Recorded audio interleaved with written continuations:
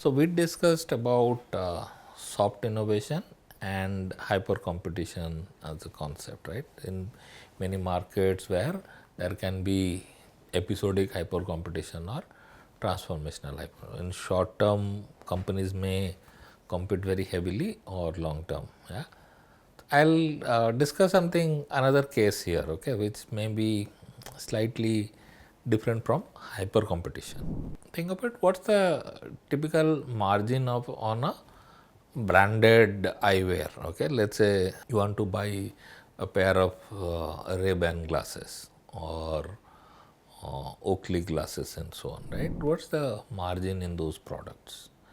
Or SLR lens and so on. So why they are so highly priced? So this is again. So today, yeah. So you have lens cut and new entrants, some of the new entrants in the market, which are basically trying to make a mark at the low end. But in generally, what is the price of either your prescription glass or your luxury glass or your sunglasses or other uses, right? Do you think they should cost that much, 5,000, 10,000, and so on? I'm not sure if any of you have heard this name. Okay, so Luxottica. Okay, it's in the eyewear brand. You may not have heard that company, but if we discuss, you will understand that what they have done to that industry, right? In many cases, we said industries can have hyper competition. This is interestingly an industry where there is competition. Okay, you may feel that there is competition, but actually there is no competition. Okay, so this is okay. So let's look at this. Why you pay so much price for eyewear or where there is no discounted products and so on. So this is Luxottica is an Italian eyewear MNC, okay, multinational company based in Milan. So this company started in 1961. Initially started as a sunglasses manufacturer. They were selling and branding under their own name. Luxottica was the brand. Okay, so slowly what happened? They created. Vecchio wanted to get into vertical integration. So he understood that in this business you need to have the capability of controlling the value chain. In the attempt of vertical integration, he bought distribution companies, companies who, so he was the manufacturer of sunglasses. He bought companies that distribute to retail outlets first. Okay, so started with licensing prescription and non-prescription sunglasses and frames. So one is got into distribution.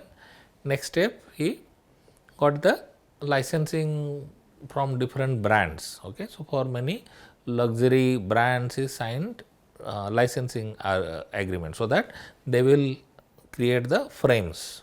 Okay, the frames for the designer brands.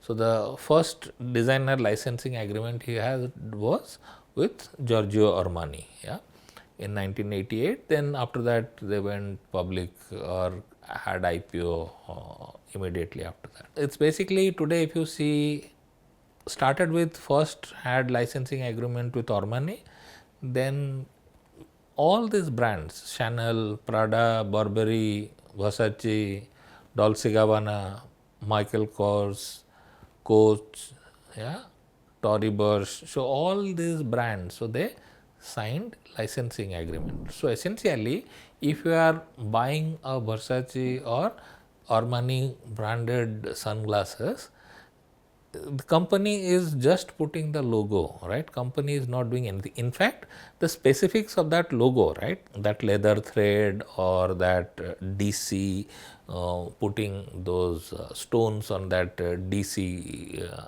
logo, right, is also done by Luxottica, right? They do everything.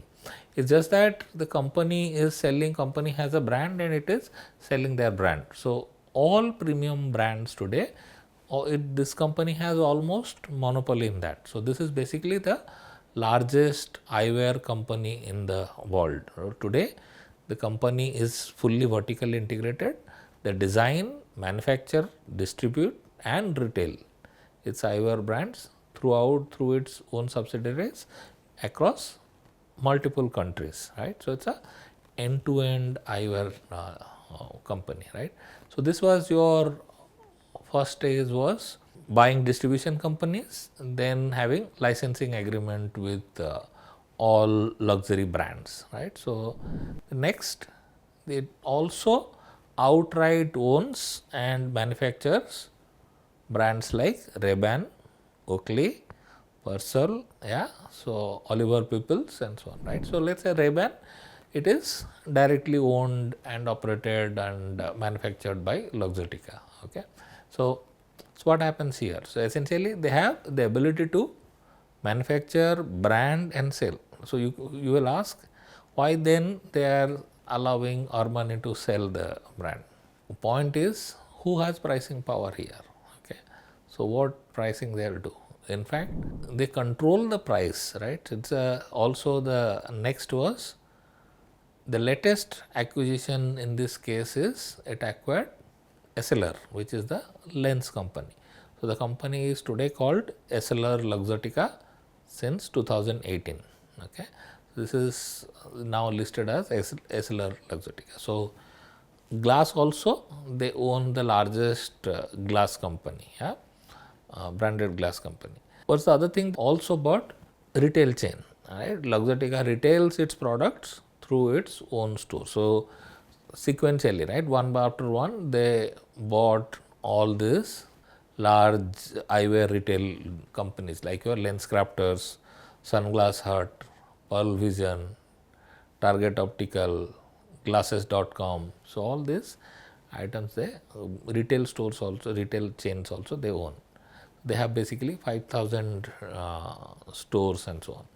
So it also owns one of the largest eye or vision related health insurance provider, iMed.